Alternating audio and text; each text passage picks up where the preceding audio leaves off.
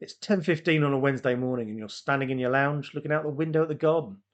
The coffee machine is bubbling away in the kitchen and the house is completely quiet. And for the first time in over 30 years, you've got absolutely nowhere you need to be. That's the strange part.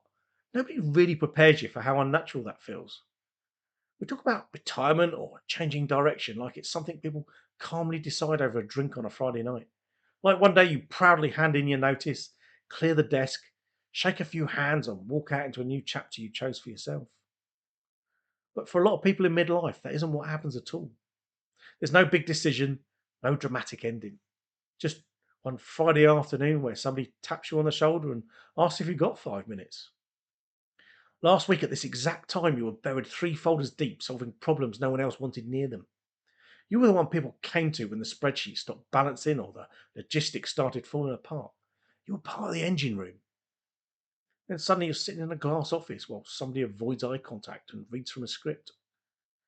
They say words like restructure, headcount, nothing personal, and they ask for your pass, and that's it. No discussion about what you know, no conversation about how to make it work, no real ending at all. You didn't burn out, you didn't storm out, you didn't even decide to stop. It just stopped. And somewhere in the weeks after, the realization slowly starts landing. You didn't leave your career left you. You didn't decide to stop working, it just happened. The hardest part isn't even the loss of routine, it's the loss of agency. Most people spend decades believing reliability creates security. You keep showing up, become useful, dependable, the person who quietly keeps things moving while everyone else talks in strategy meetings. But somewhere along the line, experience stops being viewed as stability, starts being viewed as cost. You become expensive enough to remove, but not senior enough to protect yourself from the decision. That's the part nobody says out loud. The people doing the actual work often end up carrying the biggest risk. And when the stop finally comes, it feels strangely passive, like your working life was interrupted mid sentence. One minute you're still inside it, the next minute you're standing outside the building carrying a box of cables and a coffee mug. You thought you still had years left in this version of your life. Then somebody else quietly decided you didn't. And now you're sitting at home with over 30 years of knowledge in your head while the world behaves like none of it matters anymore. So eventually you start looking again. At first you assume the shock just needs time to settle. Then the second shock arrives. You realise the market no longer knows what to do with you. You're overqualified for the jobs that actually need doing, which usually means they think you'll ask too many questions or expect a level of respect they're no longer interested in giving. But you're somehow invisible for the senior roles too. Those jobs seem to go to people who feel newer, cheaper, more adaptable, more current. So you end up stuck in this strange middle ground. Too experienced for one world, not quite right for the other. And that's when the silence in the house starts changing shape. At first it felt temporary, almost like a strange little break. But after a while it starts feeling different, heavier. You realise you're not on holiday. You've been displaced. Not because you stopped caring, not because you stopped being capable, but because the kind of reliability you built your identity around doesn't seem to hold the same value anymore. This is the part people struggle to admit. For a lot of midlife workers, career disruption isn't an active choice, it's something that happens to them. Organizations are hollowing out the middle, the experience center. People actually know where things break because they've spent years quietly holding everything together. And when that structure starts changing, individual effort stops protecting you.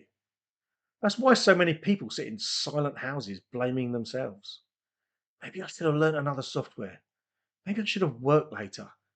Maybe I should have adapted faster. But you can't outwork a financial calculation. And once you really understand that, something painful but important starts to become clear. The old door isn't reopening. The lock has already been changed. So what do you do after that? Honestly, most people don't know for a while. Because for decades, your value came from being inside a structure, inside a team, inside a system that gave your experience somewhere to go every morning. And suddenly that structure disappears and nobody explains what replaces it. That's the disorientating part. Not just losing the income, losing the container your identity lived inside. But even after all of that, something remains true. You still know things. You still know how to solve problems, how to steady situations, how to walk into chaos without panicking. That knowledge didn't disappear because a company removed your login. And eventually, slowly, the question starts changing. Not who's going to give me permission again, but what do I do with everything I know now? The stop may not have been your choice, but whatever comes next probably has to be. That silence in the house on a Wednesday morning, at first it sounds like something temporary, like normal life will restart any minute. But after a while, you realise this may actually be the new baseline. And strangely, that's also where something shifts. Because once you stop waiting for the old version of life to come back, you start seeing things differently. The old agreement is gone. The one that said, work hard, stay loyal, be dependable, and eventually you'll be looked after. A lot of people kept their side of that bargain, then discovered the system had already moved on. And it's all right to feel angry about that. But underneath the anger, something else is still there.